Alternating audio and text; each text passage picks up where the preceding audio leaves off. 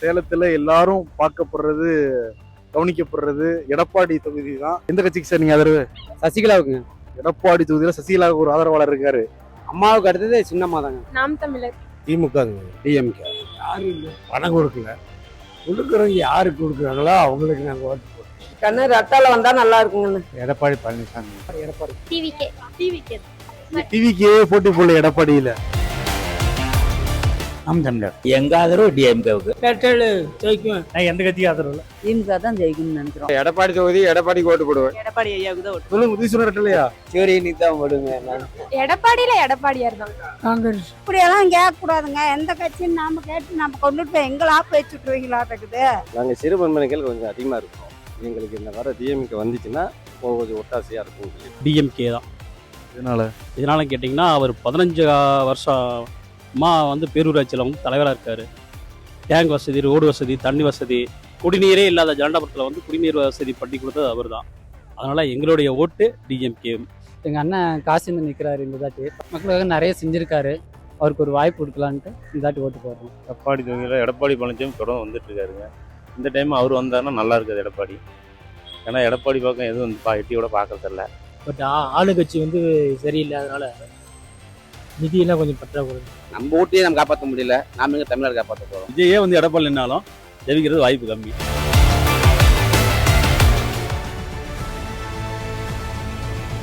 விகடன் வழங்கும் The Imperfect Show on Road Election Express powered by The Chennai Silks. Associate sponsor Pomer Shirts and Dhotis. மணப்பெண்ணின் பிரத்யேகமான திருமணம் Vivaha The Chennai Silks. Dhotis and shirts நாலே boomer தான். Puma Majestic Collections Premium Dhotis and Shirts. Edappadi சட்டமன்ற தொகுதி அலுவலகத்து மாடி நின்றுட்டு இருக்கோம். சேலத்துல எல்லாரும் பார்க்கப்படுறது, கவனிக்கப்படுறது எடப்பாடி தொகுதி தான்.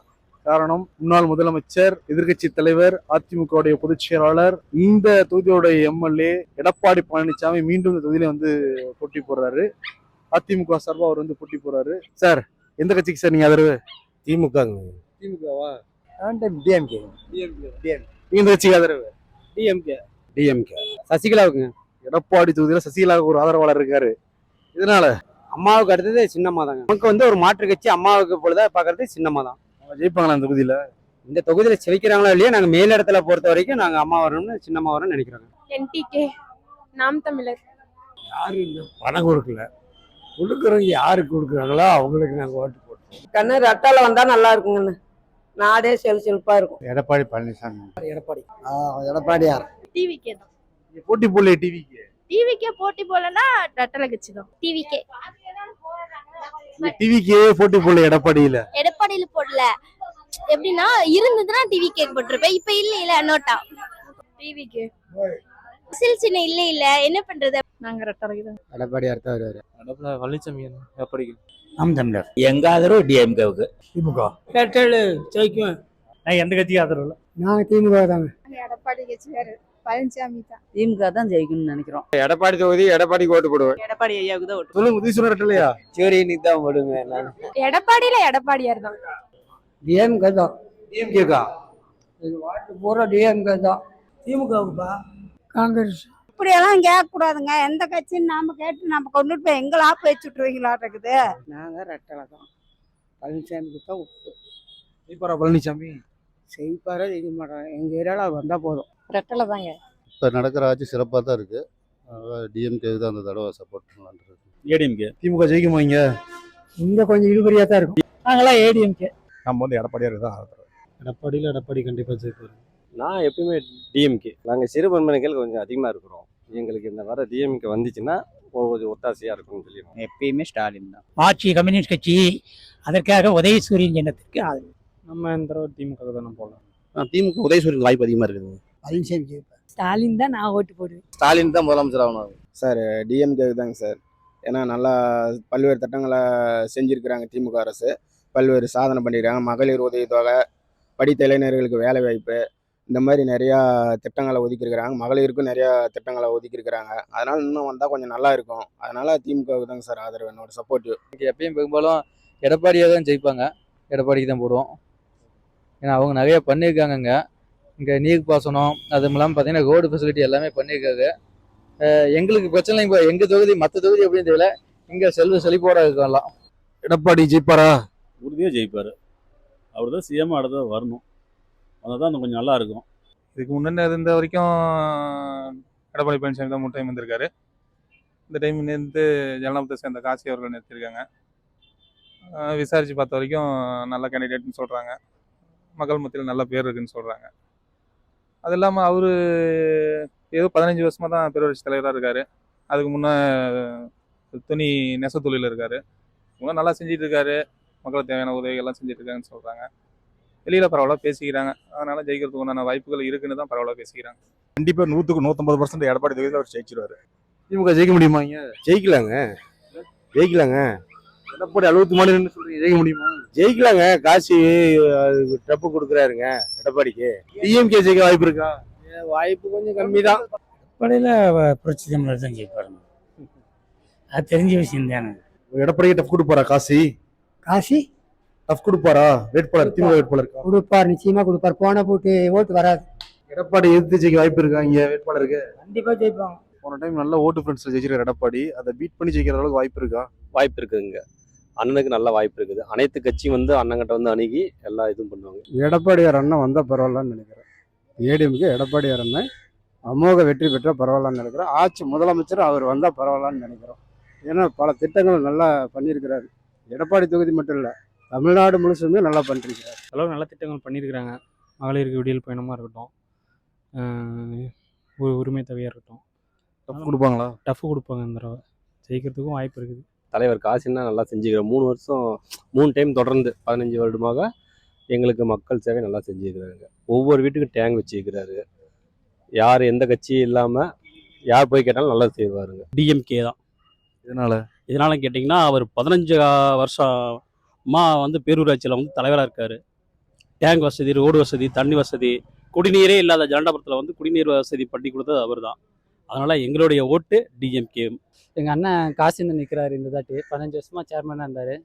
இப்போ மக்களுக்காக நிறைய செஞ்சுருக்காரு. இப்போ மறுபடியும் அவரே நிற்கிறதுனால அவருக்கு ஒரு வாய்ப்பு கொடுக்கலான்ட்டு இந்த தாட்டி ஓட்டு போடுறோம். டிஎம்கே ஜெயிக்க வாய்ப்பு இருக்கா? உங்க வாய்ப்பு நல்லாவே இருக்குது, பிரகாசமாக இருக்குது. எப்படி சொல்றீங்க?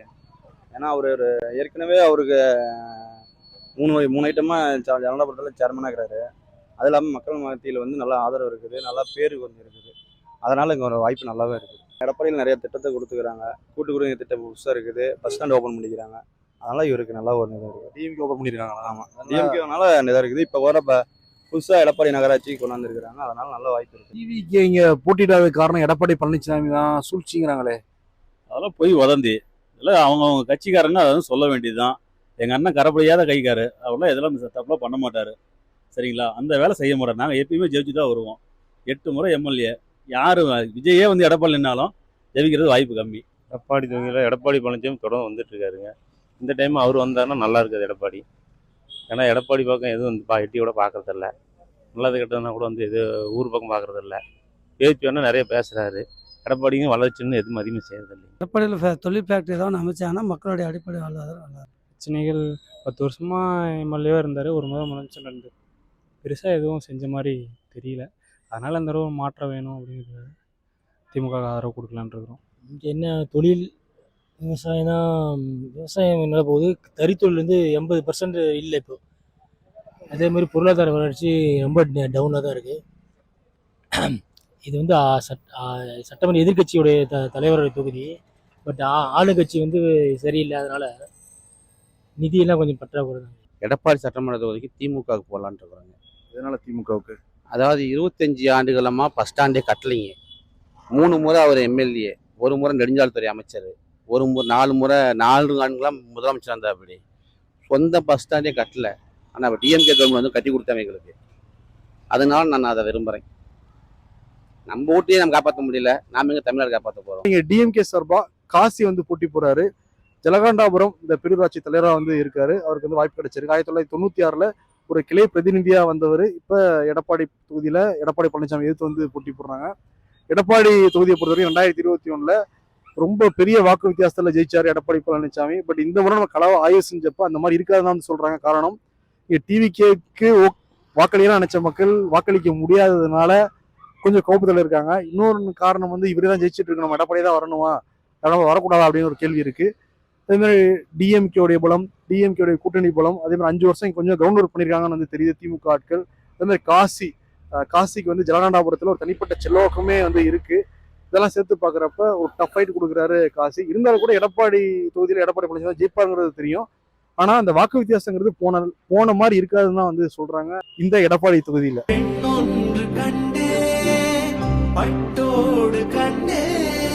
மணப்பெண்ணின் பிரத்யேகமான திருமணப்பட்டு Vivaha the Chennai silks. Surprise! Dhotis and ஷர்ட்ஸ்னாலே பூமர் தான். Puma Majestic Collections, premium dhotis and shirts.